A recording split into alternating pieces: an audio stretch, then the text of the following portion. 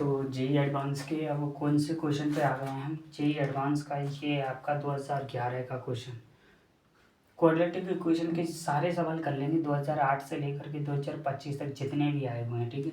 तो ये बहुत ही क्वेश्चन है। तो ये वाला जो है ना वो है आपका कॉमन रूट पे, ठीक है। कॉमन रूट्स में क्या होता है, आपको एक क्वाड्रेटिक नंबर 1 दे रखी होती है, एक क्वाड्रेटिक नंबर 2 दे रखी होती है। इनमें कॉमन रूट बताना पड़ मतलब कॉमन रूट का होता है कि इन दोनों में एक रूट कॉमन है या दोनों रूट कॉमन है या कुछ भी कॉमन नहीं है। तो ठीक है, चलो कॉन्सेप्ट पहले बता रहा हूँ, ठीक है। ये पहली इक्वेशन है b1x plus c1 is equal to 0, a2x² b2x plus c2 is equal to 0।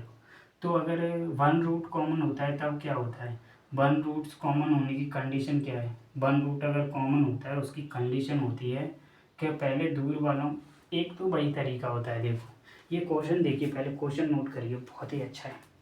ये बोल रहा है कि x² bx -1 is equal to 0 और एक इक्वेशन है x² plus x plus V is equal to 0 है और बोल रहा है have a one root in common is, B की वैल्यू हमें बतानी है।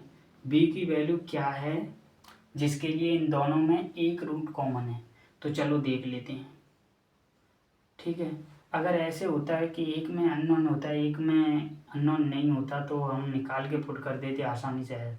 एक तो तरीका वही होता है कि एक में से दूसरे को घटा देंगे तो x² का टर्म बच जाए, x² का कट जाएगा, x की कुछ वैल्यू आ जाएगी और इसमें डाल देंगे अंदर तो हमें आसानी से b की वैल्यू मिल जाएगी, ठीक है।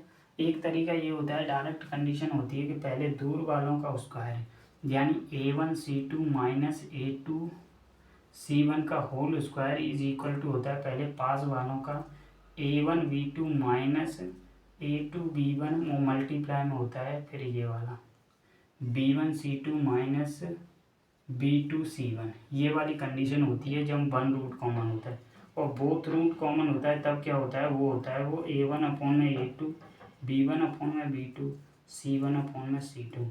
तो इन दोनों कंडीशन को याद रखिएगा, ठीक है। तो हम ये वाली कंडीशन अप्लाई कर रहे हैं यहाँ पे, देखिए, ठीक है। तो चलो ये a1 a2 तो आपको पता है ना, ठीक है।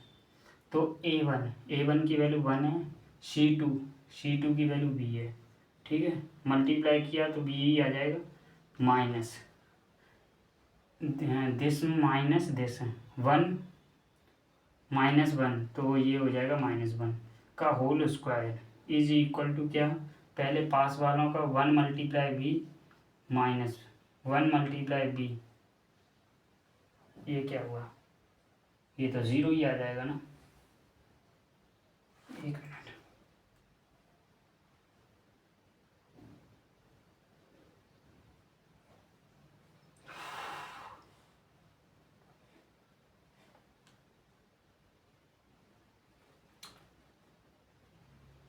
ये देखिए 1 का मल्टीप्लाई 1 के साथ करेंगे तो ये 1 आएगा, फिर b आ जाएगा, वो कंडीशन लगा रहा हूँ डायरेक्ट, ठीक है।